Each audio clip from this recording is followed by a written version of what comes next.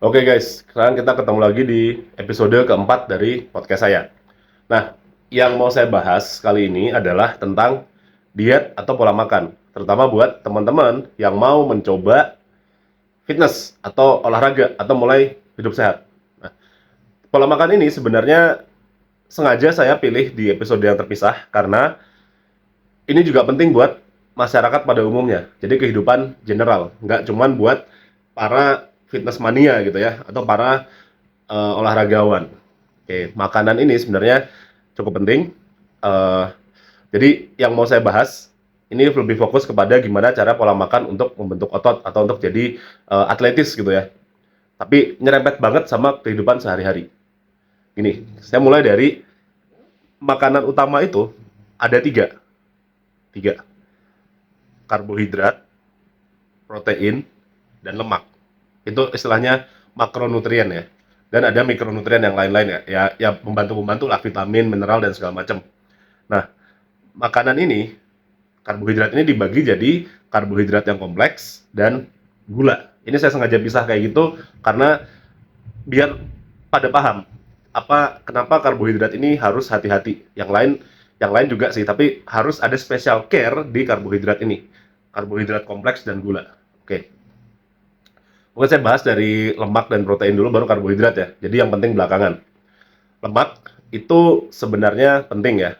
Eh, lemak itu banyak buat regulasi hormon kita. Apalagi buat cowok, kadang-kadang kita suka ngehindarin lemak karena alasannya nggak sehat. Dan lemak itu bikin sakit jantung, bikin darah tinggi dan segala macam. Ya itu kalau berlebihan. Tapi pada dasarnya lemak itu juga diperlukan. Bahkan kuning telur itu kan banyaknya lemak dan kolesterol, ya kan? Itu banyak orang ngehindarin, katanya nggak sehat. Tapi sebenarnya bagi cowok itu yang bikin kalian ototnya jadi, bisa dibilang. Kayak yang lain-lain itu bensinnya, yang dari kuning telur nih lemak sama kolesterolnya itu kayak korek apinya buat ngebikin kebakar semua, meledak semua. Karena itu juga regulasi salah satunya ngebantu produksi testosteron. Mungkin bisa salah ya saya ini ya detailnya secara detail mungkin saya bisa salah tapi saya kasih tahu garis besarnya aja. Jadi dikoreksi aja kalau salah. Itu ngebantu banget dalam produksi testosteron kita.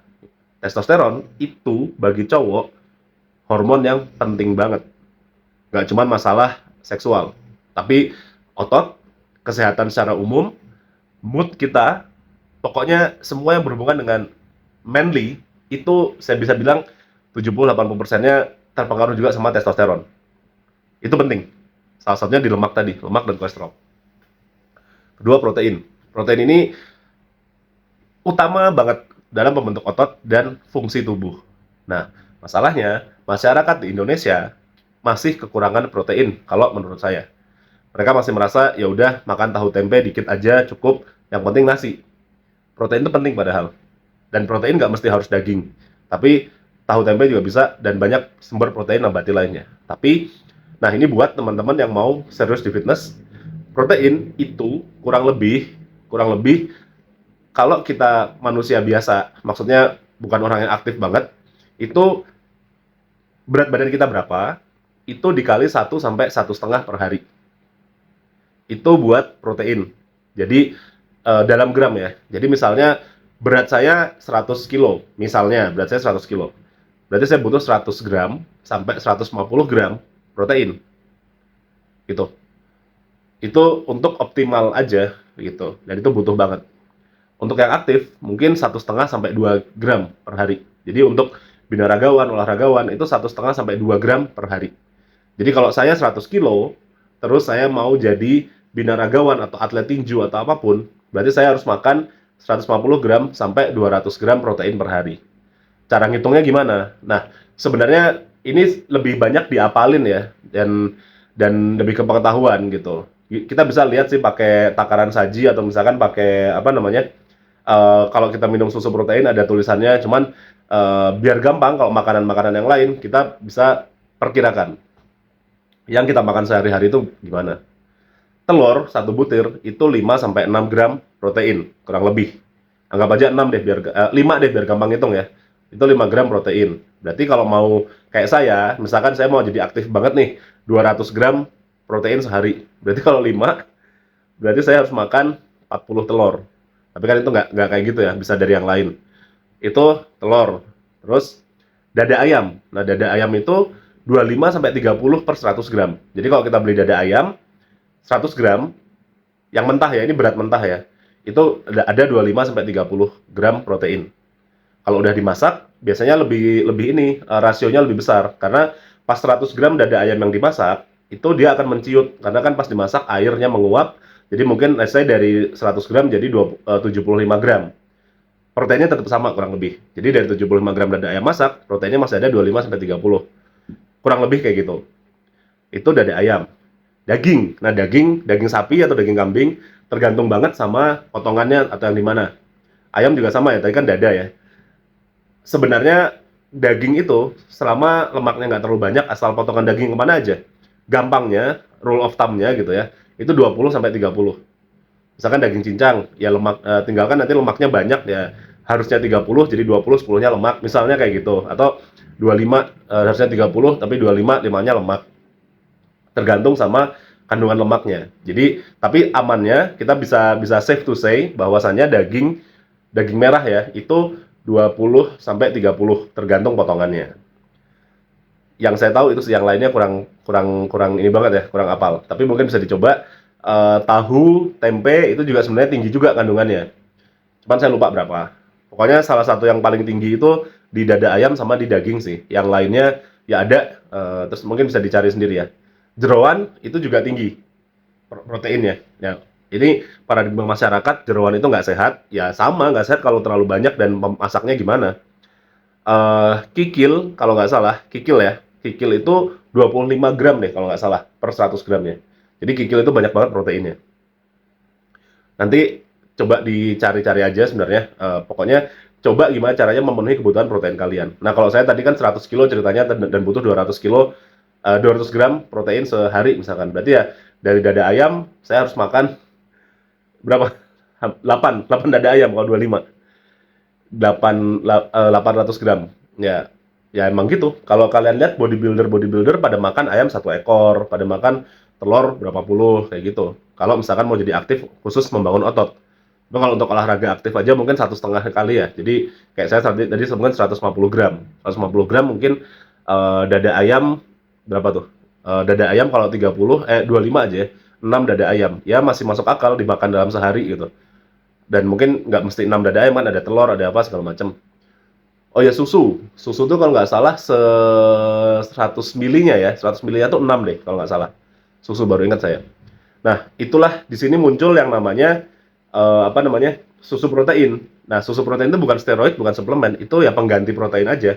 Karena kalau saya mau makan 200 gram protein dan saya harus makan berapa tadi? Kalau 25 ya, 8 dada ayam, kan enak ya. Makan dada ayam kan kayak gabus ya. Kan males ya lama-lama dalam sehari. Di situ datang susu protein. Jadi itu memang susu yang sudah diambil banget konsentrat proteinnya sehingga di-pack banget. Jadi pas kita minum ya kayak minum protein banyak tapi ya kayak minum susu. Jadi nggak susah makannya. Gunanya susu protein itu kayak gitu. Jadi bukan, jangan kadang-kadang kan suka banyak di mitos di orang-orang nih. Susu protein itu steroid, susu protein itu nggak sehat dan segala macam, itu nggak natural. Nggak gitu. Itu susu protein ya susu untuk pengganti protein aja, daripada kita susah makan, terutama buat orang yang kebutuhan proteinnya gede.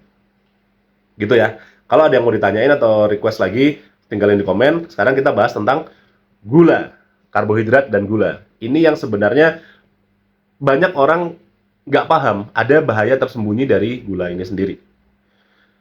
Kita minum manis, oke, jangan dari kita minum manis, tapi kebutuhan atau konsumsi gula atau karbohidrat yang disarankan, sorry, bukan karbohidrat ya, tapi konsumsi gula tambahan yang disarankan oleh Kemenkes, kalau nggak salah itu 50 gram sehari.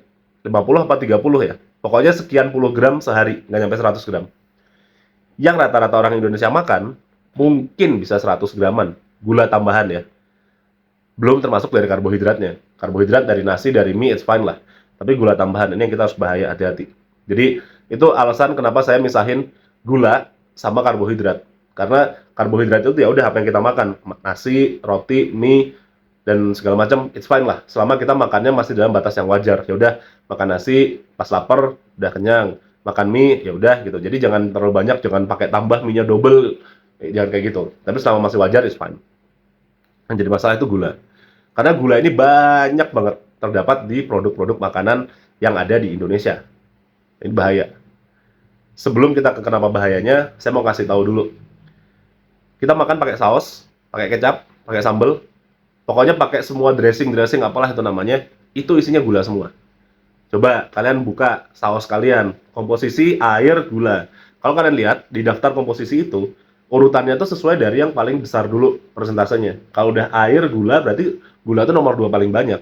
Nah, dan itu gula itu yang membuat mereka ada kekentalan-kekentalan tertentunya buat di apa namanya, di saus dan sambal itu. So, hati-hati dalam konsumsi gula. Itu bisa mungkin sekali kalian makan bisa dapat 5 gram, 10 gram dari saus doang atau sambal doang. Atau kecap, apapun lah. Hati-hati. Yang kedua, cemilan-cemilan yang dimakan, ya biskuit, ya permen, dan segala macam, itu gulanya juga gede. Bom itu, kayak sugar bom banget itu. Kita makan mungkin, aduh, pengen ngemil nih, beli coklat gitu. Coklat itu, misalkan coklat yang batangan gitu ya, itu mungkin gulanya 30 gram sendiri di satu coklatnya itu. Kita bisa makan banyak. Jadi, lalu di minuman. Nah, minumannya sering nipu nih.